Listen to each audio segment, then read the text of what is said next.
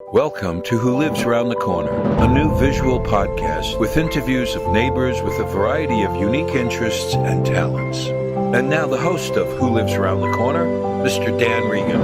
Hi, this is Dan Regan, the podcast interviewer for Who Lives Around the Corner.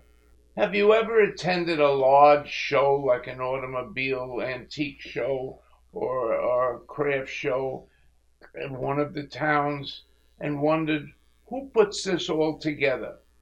Who makes it work? Who makes it work in case of an emergency? And today I thought it would be a great interview to interview the gentleman that produces a lot of the major shows around the corner from us.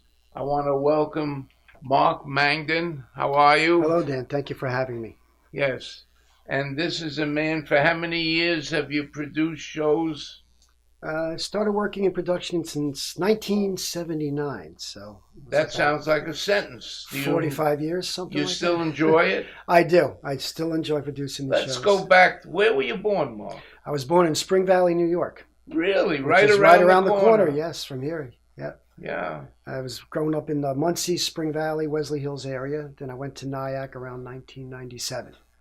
And you've been stuck there ever since? I've been in Nyack ever since, yes. Good place to be stuck. Yeah, very happy to be stuck there, yes. They produce a lot of the great shows and pull people in from all over the East to see some of your shows.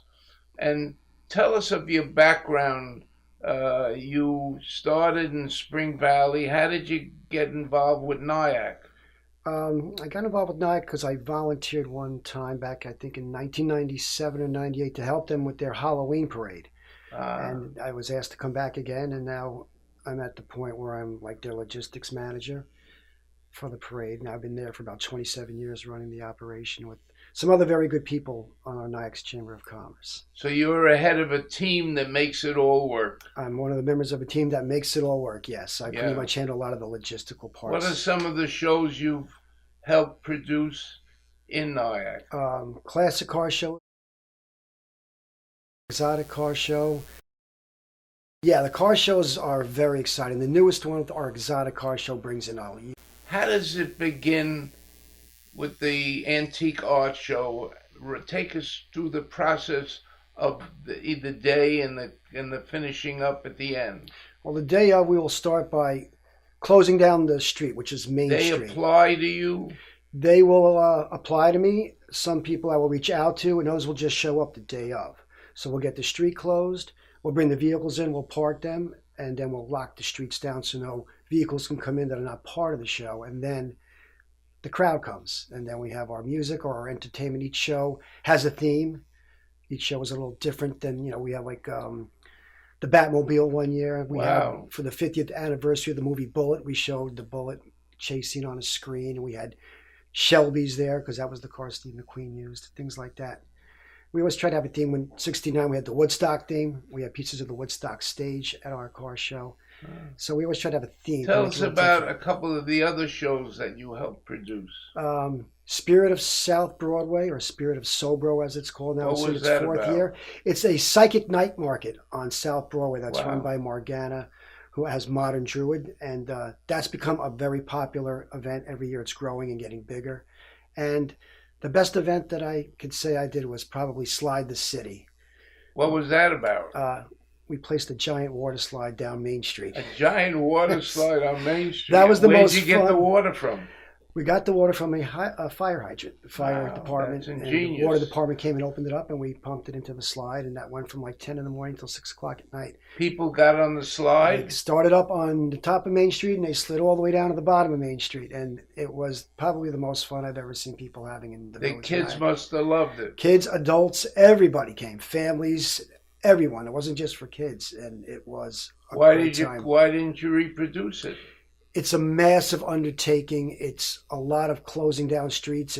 It's not easy to produce. I would like to bring it back again, and one day I think I will, but it's a lot of work. I bet. Yeah, so it's better to wait and try maybe next summer. Tell me about any of the other shows you produce.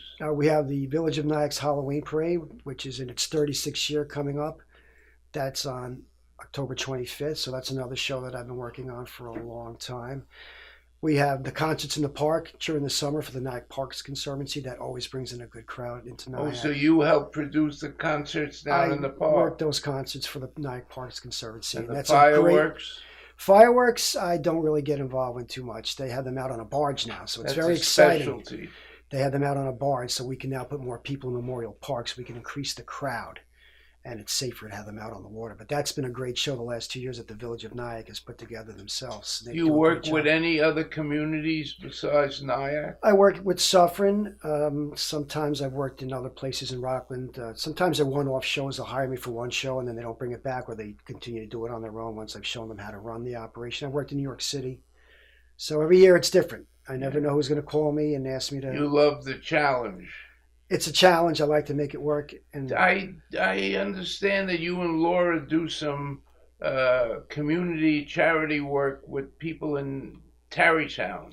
Well, we do in Tarrytown. We work for a university where we take international students and we take them to like different cities like Boston, New York, Washington, D.C., really? Niagara Falls. They come from different countries to learn to speak English. And then so you turn your hat and your collar around and you and Laura are tour leaders. We take them to see these cities while they're here in the United States learning how to speak English, yes. Yeah, that's a wonderful thing that you give back to the community like that. We enjoy doing it. It's got its challenges too, but it's always nice to see a kid see New York Where do City you for the see first Mark time. in the future?